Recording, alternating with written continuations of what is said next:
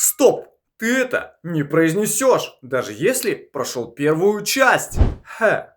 Это не просто х, это глухой выдох. Связки почти не работают, как английское х, хаус. Но еще мягче, почти воздух. Скажи, как будто запотевает стекло. Ох. Н. Носовой звук. Задняя часть языка поднимается. Воздух идет через нос. Н. Как в английском sing. Но без S и без N в начале. Скажи сразу н, дж. Это не D и не G. Сначала D, сразу переход в Ж. Как в английском джем, но мягче. Д, н. Мягкий носовой звук. Язык прижат к небу. Воздух идет через нос. Н. В слове няня, но тянется мягче.